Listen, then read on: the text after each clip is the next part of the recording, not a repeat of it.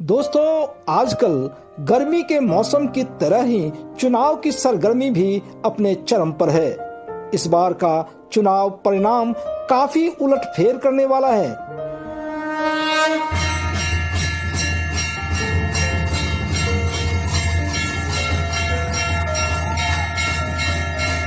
दोस्तों नमस्कार, मैं प्रदीप झा।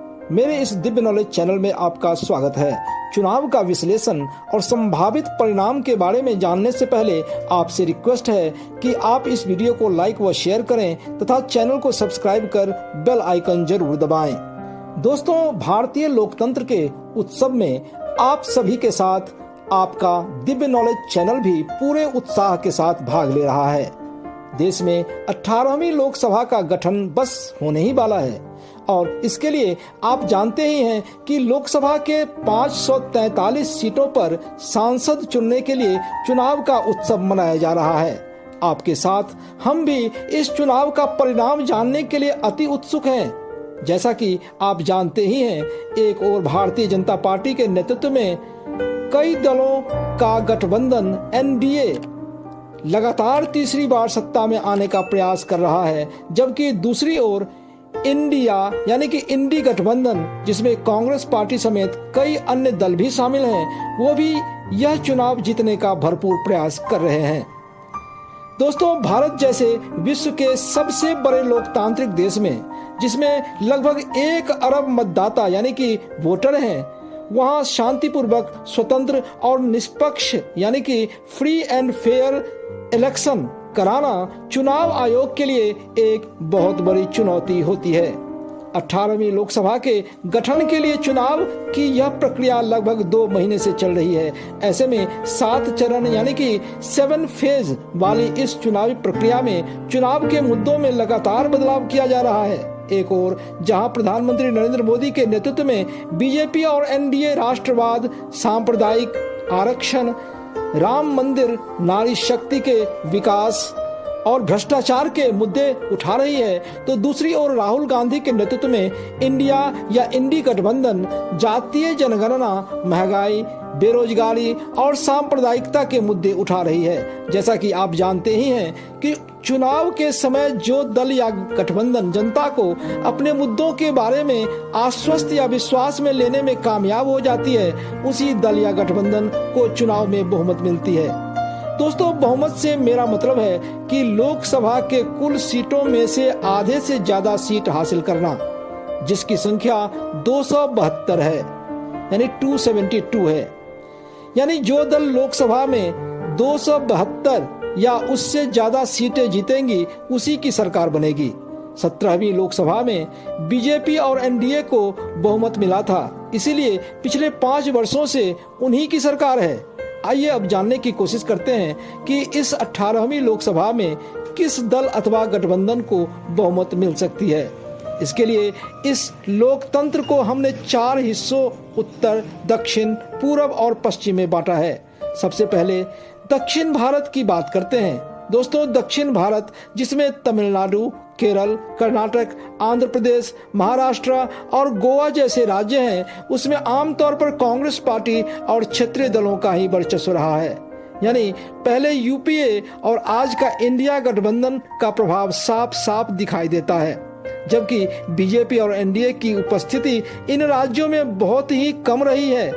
यानी कि 150 से ज्यादा सीटों वाले इन राज्यों में बीजेपी और एनडीए 50 सीटों के आसपास ही सिमट कर रह जाती है, जबकि इंडिया गठबंधन को 100 से ज्यादा सीटें मिलना आम बात थी। इसका मुख्य कारण यह था कि बीजेपी का संगठन दक्षिण भारत के राज्यों में बहुत ही कमजोर था। साथ ही इसे उत्तर भारत की हिंदूवादी पार्टी माना जाता था। याद रहे, यहाँ के क्षेत्रीय दल द्रविडियन पॉलिटिक्स करते हैं और अपने आप को हिंदुओं से अलग बताने का प्रयास करते हैं और वहाँ की जनता भी उनकी यह सोच पसंद करती है। पर इस 18वीं लोकसभा के चुनाव 2024 में दक्षिण भारत की क्या स्थिति है?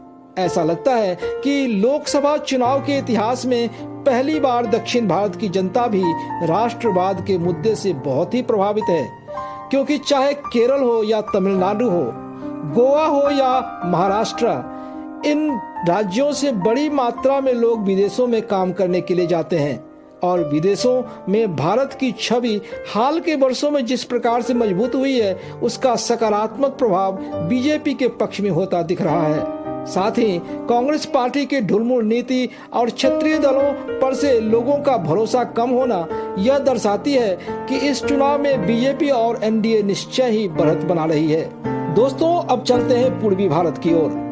इसमें उड़ीसा, पश्चिम बंगाल, सिक्किम, असम के नॉर्थ ईस्ट के राज्य, त्रिपुरा, मेघालय, मिजोरम, नागालैंड और अरुणाचल प्रदेश जैसे राज्य आते हैं। आमतौर पर पूर्वी भारत के लगभग 80 सीटों वाले ये राज्य बहुत ही पिछड़ा माना जाता है। देश के इस भाग में भी ज्यादातर क्षेत्रीय दलों और कांग्रेस पार्टी का बोलबाला रहा है, लेकिन धीरे धीरे बीजेपी और एनडीए इन राज्यों में अपनी पैठ बढ़ा रहे हैं। 2024 के इस लोकसभा चुनाव में बीजेपी की बढ़त साफ साफ दिखाई देती है, क्योंकि कांग्रेस और क्षेत्रीय दलों के लंबे शासन के बावजूद भी ये राज्य अति पिछड़े राज्यों में गिने जाते हैं और बीजेपी जनता को विकास की राह दिखाने में कामयाब होती दिख रही है। आइए अब जानते हैं उत्तर भारत के बारे में। दोस्तों, उत्तर भारत पिछले कई लोकसभा चुनाव से बीजेपी और एनडीए का गढ़ रहा है। उत्तर भारत में जम्मू कश्मीर, हिमाचल प्रदेश, उत्तराखंड, उत्तर प्रदेश, बिहार, झारखंड, मध्य प्रदेश, छत्तीसगढ़ और दिल्ली जैसे राज्य आते हैं। इन राज्यों में 190 से ज्यादा लोकसभा की सीटें हैं। कांग्रेस पार्टी की स्थिति इन राज्यों में बहुत ही खराब है। हाँ, इन राज्यों में क्षेत्रीय दलों जो कि इंडिया गठबंधन में शामिल हैं, उनका भी अच्छा खासा प्रभाव रहा है।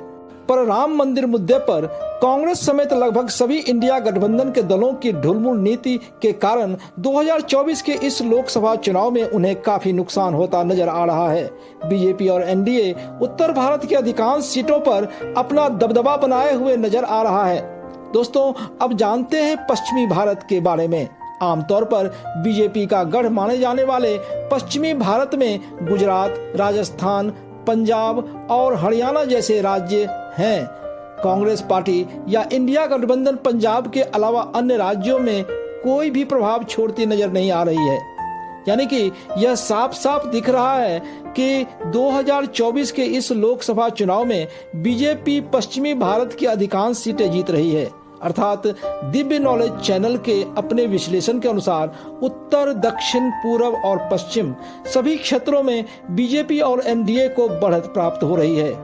आइए अब जानते हैं कि 18वीं लोकसभा चुनाव 2024 में किस दल या पार्टी अथवा गठबंधन को कितनी सीटें मिल सकती है। सबसे पहले दक्षिण भारत। दक्षिण भारत में बीजेपी और एनडीए को कुल 90 यानी कि 90 सीट मिलने वाली है, जबकि अन्य को 90 सीट। पूर्वी भारत में बीजेपी या एनडीए को 67 यानी कि 67 सीट मिल रही है, जबकि अन्य को 21। उत्तर भारत में बीजेपी या एनडीए को कुल मिलाकर 189 यानी कि 189 सीट मिल रही है, जबकि अन्य को 6।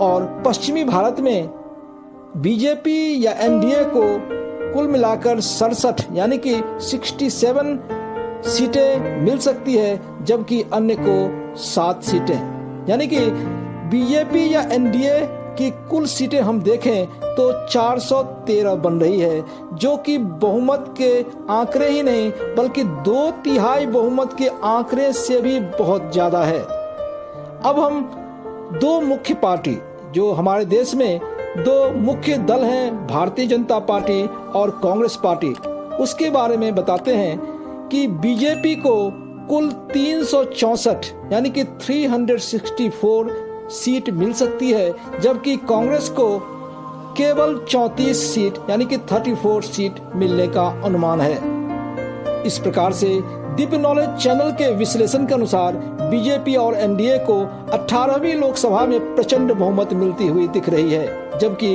इंडिया गठबंधन और कांग्रेस पार्टी की स्थिति बहुत ही खराब है। दोस्तों, इस प्रकार का परिणाम निश्चय ही विपक्ष के लिए मंथन का विषय है। वैसे दिव्य नॉलेज चैनल किसी भी प्रकार के संभावित परिणाम से इनकार नहीं करता है। आप सबको देश में एक मजबूत सरकार की कामना के साथ मेरा यह चैनल हार्दिक बधाई देता है। जय हिंद, जय जय सिया राम।